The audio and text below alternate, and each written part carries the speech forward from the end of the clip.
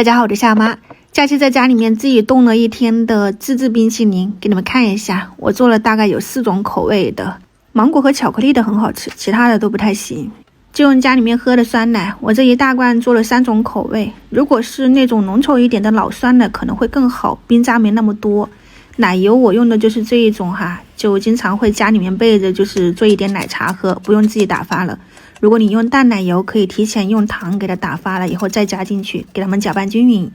这个就是酸奶的冰淇淋了，给它们搅拌均匀以后，我就放在这个盒子里面了。先给它冻起来，再来做第2种口味，我就是酸奶加上巧克力。巧克力我觉得各种都行吧，我用的是这一种，掰了大概有9个，这个盒子还可以用来装，就蛮好的。放到那个袋子里面，隔温水给它融化，只要里面没有疙瘩了，你就可以挤到那个酸奶里面。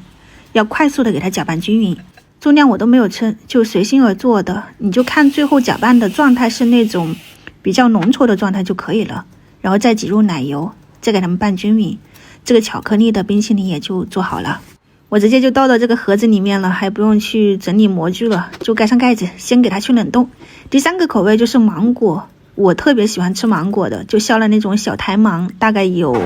4、5个吧，然后加了一点酸奶，给它们搅大成这种非常细腻的那个芒果泥，它不是汁水哈，就是很粘稠的那一种。看一下，酸奶我没有倒太多，那一瓶酸奶都已经用完了，然后这边的奶油我就多挤了一点，其实甜度都已经很好了。你像它这种奶油都有甜味的，然后芒果啊酸奶也都是自带甜味，你就不用再额外加糖了，给它们搅拌均匀，给它装起来，芒果味道的冰淇淋也就搞定了。也是一样放到冰箱去冷冻定型。我本身是很喜欢吃那种红枣味道的冰淇淋，就是之前吃过一款，所以我买了一点这种红枣味的酸奶，加上奶油，给它们搅拌均匀，自己做一个。但这个不太成功，感觉酸奶倒多了，那个水分有点大，就是吃起来就有很多冰渣，口感不太行哈。你看一下，这个是冻了1天以后的成果。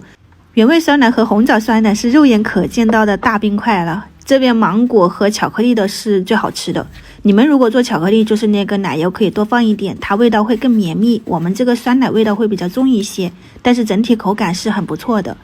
芒果口味的冰淇淋从下这个勺子我就觉得是最成功的，它没有阻力，很轻松，而且是可以直截了当的看到它那种细腻的那种状态，一口咬下去那种芒果味道又很浓郁，这个真的可以试一下。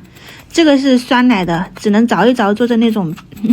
这个绵冰吃了。红枣的就更不用说了哈，这个真的大冰块，完全都没有地方下手。总结了一下，在家里面做这种简单冰淇淋，就是奶油可以多放一点，酸奶因为有水分你就尽量少加，然后水果选择水分比较少一点的，芒果啊那个香蕉都可以。弄了一点双拼的冰淇淋，芒果味道跟巧克力道的，这2个真的很棒诶，你们可以去尝试一下哈。我就先开吃啦，明天还是休息哈，下一期再见，拜拜。